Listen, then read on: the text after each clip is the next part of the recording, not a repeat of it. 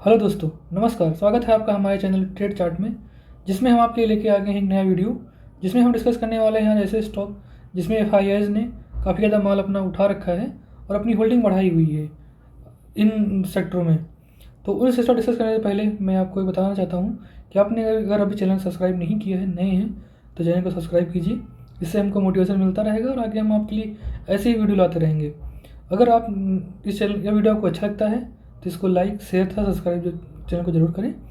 तो बढ़ते हैं। जैसे कि आप देख पा रहे हैं कि हम आ गए हैं अपनी वेबसाइट Screener.in पे, जो कि मेरे पास ऐप है तो मैं ऐप खोल रखा हूँ। तो अब बढ़ते हैं आगे और देखते हैं कि वो हम कैसे फाइंड कर सकते हैं इस Screener.in के माध्यम से। जैसा कि आपको यहाँ स्क्रीन पे तीन चीज़ दिख रही होंगी। एक तो यहाँ पे आपको होम दिख रहा होगा, दूसरा आपको स्क्रीन दिख रही होगी और जो टूल दिख रहा होगा। तो आपको सबसे पहले यहाँ पे स्क्रीन पे जाना है। जैसे आप स्क्रीन पे आएंगे तैसे आपको यहाँ पे जैसे यहाँ पे उस पर क्लिक करेंगे, वैसे स्टॉक स्कैनर के नाम से यहाँ पे काफ़ी सारे स्कैनर्स हैं जो आपको दिख जाएंगे। इसमें आपको यहाँ पे जो है वो सर्च जो करना है, इसमें नीचे बढ़ते आना है और फिर से आपको जो नीचे यहाँ पे दिख रहा है पॉपुलर स्टॉक स्कैनर्स में, उसे दूसरे नंबर पे दिख रहा है एफआईआई बाइंग, उस पर आपको क्लिक कर लेना है। तो यहाँ पे कुछ ऐसा यहाँ खुल के आ रहा है। यहाँ पे जैसा कि आपको दिख पा रहा होगा, यहाँ पे हमें दिखाया गया है कि change in FI holdings, FI कितना परसेंट होल्ड करते हैं उस कंपनी का। तो जैसे कि चेंज हमने यहाँ पे मार्केट कैप को बढ़ते हुए क्रम में लगा रखा है, ताकि आपको, क्योंकि जो बड़ी कंपनियां होती हैं उसमें अगर 1-2% भी अपना एफआई स्टेक बढ़ाते हैं तो उसका मतलब होता है कि वो काफ़ी करोड़ों में अपना स्टेक बढ़ाया गया है। तो इसीलिए आज मैं डिस्कस करने जा रहा हूँ। सबसे पहले जो हमारी कंपनी है वो हमारी है यूनियन बैंक, जैसा कि आप देख पा रहे हैं। दूसरी कंपनी है हमारी मैनकाइंड फार्मा, जिसमें एफआईआईज़ ने अपना स्टेक 2.56 से बढ़ाकर अपना स्टेक 6.74 कर लिया है। वहीं हम यूनियन बैंक की बात करें, जिसमें एफआईआईज़ ने 3.11 का स्टेक बढ़ाया है, तो अभी उनका एफआईआईज़ की होल्डिंग 6% हो गई है। और इंडियन बैंक में जैसा कि आप देख पा रहे हैं, उसमें अपना स्टेक जो बढ़ाया है वो 1.56% का बढ़ाया है और अभी जो एफआई होल्डिंग हो गई है वो 5.89% हो गई है। वैसे ही हम देखते हैं बैंक ऑफ इंडिया में भी 1.39% का स्टेक बढ़ाया गया है, अभी एफआई होल्डिंग जो है वो 4.31 हो गई है। जैसा कि आप यहाँ पे देख पा रहे होंगे कि ज़्यादातर जो बैंक्स हैं उसमें स्टेक बढ़ाया गया है, वो भी पीएसयू बैंक्स, 2 पीएसयू बैंक्स हैं। नीचे भी आपको एक जेके बैंक दिख रही होगी, क्योंकि अभी जो इलेक्शन आने वाले हैं, जो स्टॉक्स हैं उसमें काफ़ी ज़्यादा वैल्यूम ट्रेड हो रहा है, जो भी पीएसयू स्टॉक्स हैं खास करके बैंक्स में, और एक काफ़ी ज़्यादा एक पोटेंशियल बचा हुआ है, क्योंकि बहुत सालों तक का वो एक डाउन ट्रेंड में थी। कभी ना कभी हर बार न्यूज आती थी कि ये फ्रॉड हो गया, वो फ्रॉड हो गया, कहीं विजय माल्या पैसा लेके भाग गया, कहीं कोई भाग गया, तो इसलिए वो कभी हो ही नहीं पाई। लेकिन अभी एक उसमें टर्न अराउंड स्टोरी आते हुए दिख रही है, इसलिए एफआईआईज़ भी काफ़ी ज़्यादा इंटरेस्टेड हैं। तो अब बढ़ते हैं हम पहले यूनियन बैंक की तरफ और देखते हैं कि इसका चार्ट कैसा दिखता है। जैसा कि आप यहाँ पे देख पा रहे होंगे, यूनियन बैंक जो इंगेज्ड है एक गवर्नमेंट बिजनेस है। इसका जो अभी चार्ट आके देखिए, मैं इस पर लगा लेता हूँ चार्ट को। यह स्टॉक जो हाई बनाया था अपना वो 2010 के आसपास बनाया था, जो कि 400 रुपये का था, देख पा रहे होंगे यहाँ पे। फिर से स्टॉक में अभी तक का फिर से कोई तेज़ी नहीं आई और स्टॉक 400 से गिर के वो अपना 25 से 30 रुपये पे ट्रेड करने लगा। इसके बाद स्टॉक में एक टर्न अराउंड स्टोरी जैसा कि यहाँ पे देख पा रहे हैं। और वैल्यूम आप देखिए, वैल्यूम की कैंडल यहाँ पे कितनी ज़्यादा ज़बरदस्त है, बहुत ज़्यादा वैल्यूम ट्रेड हो रहा है। और अभी हाल ही मैंने इसे 100 रुपये का जो अपना था वो ब्रेकआउट भी दिया हुआ है।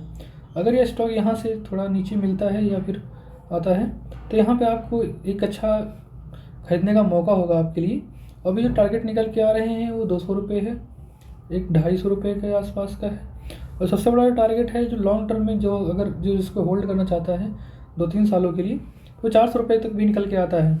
क्योंकि अगर एफआईआईज़ खरीद रहे हैं तो कुछ ना कुछ टर्न अराउंड स्टोरी ज़रूर है, तभी वो खरीद रहे हैं। तो अब बढ़ते हैं अपने हम दूसरे स्टॉक की तरफ। दूसरा स्टॉक है हमारा मैनकाइंड फार्मा। यह एक फार्मास्यूटिकल कंपनी है जो कि फार्मास्यूटिकल फार्मूलेशन, मैन्युफैक्चरिंग और बहुत सारे प्रोडक्ट डेवलप करती है। तो जैसे कि आप देख पा रहे होंगे, ये 86,000 करोड़ की मार्केट कैप है इस कंपनी की, और स्टॉक का जो प्राइस है वो मात्र 2149 के आसपास का है। और आरओसी और आरओई काफ़ी अच्छा है, 20 के ऊपर है, 15 के ऊपर काफ़ी अच्छा माना जाता है। अभी बढ़ते हैं इसके चार्ट की तरफ, वो भी हम देख लेते हैं कि चार्ट कैसा दिख रहा है। जैसा कि हमने मैक्स लगा लिया है इसमें, क्योंकि स्टॉक ये हाल ही में लिस्टेड हुआ है 2023 के आसपास ऐसा लग रहा है, तो इसलिए अभी स्टॉक में कुछ डाटा ज़्यादा है नहीं। लेकिन तभी आप देख पा रहे होंगे कि स्टॉक अपने काफ़ी लिस्ट होने के बाद में, जो कि 1400-1500 के आसपास लिस्ट हुआ था, वो अभी 2100 रुपये चला गया है, 2100-2200 रुपये के पास ट्रेड हो रहा है। तो अच्छी खासी तेज़ी बनी है स्टॉक में। अगर FIIs अपनी होल्डिंग बढ़ा रहे हैं तो इसका मतलब स्टॉक में कुछ ना कुछ खास ज़रूर हो रहा होगा, तो इसको भी आप अपने स्टडी पर्पज़ के लिए रख सकते हैं। तथा बढ़ते हैं हम तीसरे स्टॉक की तरफ, जो कि हमारा इंडियन बैंक है। इंडियन बैंक में भी यह एक मीडियम साइज बैंक है गवर्नमेंट की। जैसा कि आप देख पा रहे होंगे 70,000 करोड़ की आसपास की कंपनी है ये। मार्केट प्राइस जो अभी 526 चल रहा है। और वहीं बढ़ते हैं इस स्टॉक की चार्ट की तरफ। जैसा कि चार्ट में आप देख पा रहे होंगे, इसमें भी इस बैंक का स्टॉक काफ़ी ज़्यादा अच्छा दिख रहा है, क्योंकि हाल ही में इसने अपना ऑल टाइम हाई का ब्रेकआउट दिया था, जो कि 400 के आसपास था, जो इन्होंने 2018 के आसपास बनाया था। 2018 के हाई के बाद में इनका जो लो रहा वो लगभग 50 के आसपास का रहा। इसके बाद स्टॉक ने वहाँ से तेज़ी दिखाई और अभी 400 का जो था ब्रेकआउट दे दिया। तो आप देख पा रहे होंगे, अगर जिसने यहाँ पे बाई किया होगा, क्योंकि बहुत ज़्यादा हाई वॉल्यूम भी थे यहाँ पे, तो कितना ज़्यादा गुना आपको रिटर्न यहाँ पे 4 से 5 का गुने का रिटर्न आपको ऑलरेडी मिल चुका है। और स्टॉक अभी भी पोटेंशियल काफ़ी अच्छा है और आने वाले वक्तों में अभी इसके टारगेट जो निकल के आ रहे हैं, क्योंकि अभी ये जो राउंडिंग बॉटम दिख रहा है ये लगभग इस 4x का है, तो इससे 4x और हो जाने के ऊपर चांसेस हैं। तो अब आगे बढ़ते हैं अपने हम दूसरे स्टॉक की तरफ, जो कि हमारा है बैंक ऑफ इंडिया का। बैंक ऑफ इंडिया की मुझे बहुत ज़्यादा खास लगता है, क्योंकि बैंक ऑफ इंडिया में अभी जो रैली आई है, बॉटम बनना चालू हुआ था, वो अभी शुरुआत हुई है। क्योंकि बाकी ज़्यादा बैंक जो हैं वो बढ़ चुके हैं बहुत ज़्यादा, और अभी जो रैली में पार्टिसिपेट कर चुके हैं ऑलरेडी, क्योंकि ये भी 62,000 करोड़ की कंपनी है। करंट प्राइस का 36 रुपये चल रहा है। और इस स्टॉक में भी काफ़ी ज़्यादा अभी जो टर्न अराउंड स्टोरी है वो को मैं दिखाता हूँ। यस, जैसा कि चार्ट आप देख पा रहे होंगे, चार्ट में आपको खास क्या लग रहा है यहाँ पे, ये भी स्टॉक 2010 के आसपास का जो इसका हाई था वो 550 के आसपास का था। तब से यह स्टॉक काफ़ी ज़्यादा डाउन ट्रेंड में रहा। और अभी जो ये बॉटम आप देख रहे हैं, ये जो बॉटम बन रहा है ये काफ़ी शानदार बन रहा है, और बॉटम ऑलरेडी बन चुका है, क्योंकि 100 रुपये के आसपास इसने ब्रेकआउट अपना दे दिया है। और अभी जो वैल्यूम आप देख पा रहे होंगे, वैल्यूम की कैंडल्स कितनी ज़्यादा भारी आपको दिख रही हैं। इसका मतलब हाई बहुत ज़्यादा लोग, बड़े लोग इसमें पार्टिसिपेट कर रहे हैं। अभी जिसके टारगेट निकल के आते हैं, अभी जो शॉर्ट टर्म टारगेट है वो 200 रुपये का है। इसके बाद जो इसने ये आपको यहाँ पे रेजिस्टेंस दिख रहा है, जो कि 350 के आसपास है, और जो लॉन्ग टर्म टारगेट निकल के आ रहा है वो 550 के आसपास का है। तो इस तरह इसमें भी आप अपना एक स्टडी पर्पज़ के लिए यूज़ कर सकते हैं। कभी भी स्टॉक में अगर प्राइस वैल्यूम एक्शन काफ़ी अच्छा हो रहा हो, तो उस स्टॉक में हमें अपना एक काफ़ी अच्छा एज मिलता है, और उस स्टॉक में अपनी पोजीशन बनानी चाहिए, जो कि मेरा मानना है ऐसा। अब बढ़ते हैं अपने नेक्स्ट स्टॉक की तरफ। नेक्स्ट स्टॉक हमारा MRPL है। MRPL ये पेट्रोकेमिकल ऑयल एंड गैस की स्टॉक है। ये अपना पॉलीप्रोपिलीन और काफ़ी सारे जो पेट्रोलियम प्रोडक्ट हैं उनको बनाते हैं।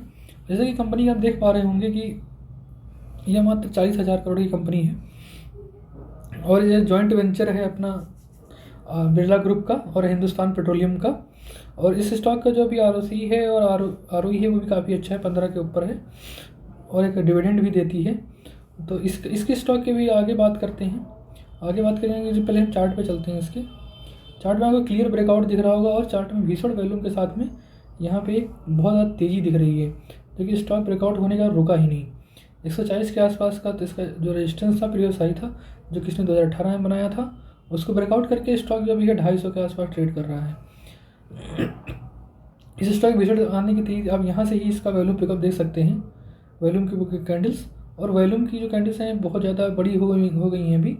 और स्टॉक में जो भी हो सकता है आपको अगर इस लेवल पर फिर से आता है तो खरीदने का मौका मिल सकता है, क्योंकि ये जो है ये मल्टी ईयर रेजिस्टेंस आपको दिख रहा होगा काफ़ी। क्योंकि 2008 के आसपास भी इस स्टॉक ने लगभग 140-150 के आसपास ही एक हाई बनाया था, जो कि उसको 2018 में तोड़ नहीं पाया और अभी तोड़ा है। तो एक मल्टी ईयर ब्रेकआउट काफ़ी ज़्यादा कारगर साबित होता है। इसको आप ज़रूर ध्यान रखिए। इस स्टॉक में भी मेरी कोई खरीदने या बेचने की राय नहीं रहेगी अभी, क्योंकि प्राइस काफ़ी ज़्यादा ऊपर भाग गया है। तो बढ़ते हैं अपने नेक्स्ट स्टॉक की तरफ, जो कि हमारा लास्ट स्टॉक है इस सीरीज का, जिसमें हम अब देखेंगे आइनॉक्स विंड को। आइनॉक्स विंड को मैं डिस्कस कर रहा हूँ क्योंकि ये जो है इंडिया में एकमात्र ऐसी कंपनी है जो लार्ज स्केल पे विंड टर्बाइन के सारे कंपोनेंट्स बनाती है। टरबाइन से लेके उसका जो भी कंपोनेंट्स होते हैं, ब्लेड्स होती हैं, स्ट्रक्चर होता है, वो सारा कुछ बनाती है। और जैसे जैसे आप देख रहे हैं कि इंडिया रिन्यूएबल सेक्टर में काफ़ी ज़्यादा ध्यान रख रही है और गवर्नमेंट की भी काफ़ी पहल है उसमें, तो उसी कारण इसमें काफ़ी ज़्यादा ग्रोथ आ रही है, क्योंकि बहुत ज़्यादा इनको बल्क में ऑर्डर मिल रहे हैं। और इसका जो मार्केट कैप है अभी वो 19,000 करोड़ है। काफ़ी ज़्यादा पोटेंशियल है इस स्टॉक में, जो मेरे को लगता है। और करंट प्राइस अभी चल रहा है 585 के आसपास चल रहा है। जैसे जैसे हम अपने इंडिया ग्रोथ करेगी वैसे वैसे एनर्जी की रिक्वायरमेंट बढ़ेगी, और गवर्नमेंट पोल्यूशन पर काफ़ी ज़्यादा ध्यान दे रही है, क्योंकि इलेक्ट्रिसिटी जो मेजरली इंडिया में प्रोड्यूस होती है वो या तो फिर कोयले से प्रोड्यूस होती है, या फिर हमारे जो हाइड्रो पावर्स हैं या इन सब से प्रोड्यूस होती है। रिन्यूएबल का काफ़ी कम इसमें पार्ट अभी प्रोड्यूस होता है, तो इसमें ज़्यादा फोकस कर रही है इंडिया भी। अब बढ़ते हैं इसके चार्ट की तरफ। जैसा कि आप चार्ट पे देख पा रहे होंगे, भीषण तेज़ी आपको दिखी। यह स्टॉक जो लिस्ट हुआ था 2015 में, तब उस समय 500 के आसपास लिस्ट हुआ था। 500 के बाद में यह स्टॉक गिरता रहा, कभी इसने तेज़ी नहीं दिखाई, और स्टॉक आके अपना एक जो लो बनाया वो 20-30 के रुपये में बनाया। इसके बाद स्टॉक में तेज़ी थोड़ी देखने को मिली, और 2021 के आसपास थोड़ा इसका एक हाई बना, फिर एक कंसोलिडेशन फेज में चला गया ये स्टॉक। इसके बाद जब ब्रेकआउट दिया है इस कैंडल पे, तो आप देख पा रहे होंगे कि 180 के आसपास इसका जो रेजिस्टेंस था उसको ब्रेकआउट दिया, और स्टॉक वहाँ से रुका ही नहीं, जैसे 600 रुपये तक पहुँच गया, और अपना ऑल टाइम हाई जो था उसको ब्रेकआउट दे दिया है, जो कि 500 के आसपास का था। अभी भी ये स्टॉक अगर आपको नीचे मिलता है, या फिर क्योंकि अभी तो मेरे कुछ लग नहीं रहा कि आप खरीद सकते हैं इसको, क्योंकि काफ़ी ज़्यादा बढ़ गया है, तो थोड़ा वेट कीजिए, एक कंसोलिडेशन होने दीजिए, उसके बाद फिर ब्रेकआउट देता है, देन आप इसमें अपना इस चार्ट को स्टडी कर सकते हैं और अपनी पोजीशन बना सकते हैं लॉन्ग टर्म में, क्योंकि स्टॉक में काफ़ी पोटेंशियल है जैसा मेरे को लगता है, और इस सेक्टर में काफ़ी ज़्यादा पोटेंशियल है। इसी के साथ मैं इस वीडियो को समाप्त करता हूँ।